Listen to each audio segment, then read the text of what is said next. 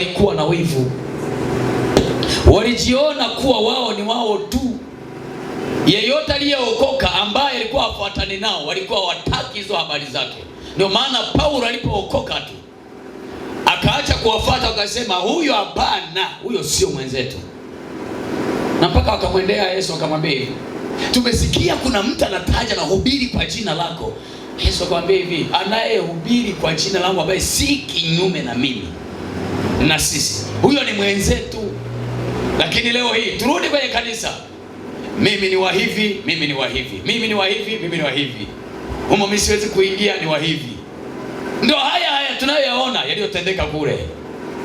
Aliyeokoka asiyefuatana nao hawaamini wokovu wake. Mara mwingine ubatizo wa kunyunyiza, mara mwingine wa kuzamisha, huyo hajaokoka, huyo anasali siku fulani, huyo hana Mungu. Umeona hicho kitu kilikuwepo kwa wanafunzi. Kwa hiyo tusiwashangae watu wa leo wanaendelea makanisani wako hivyo.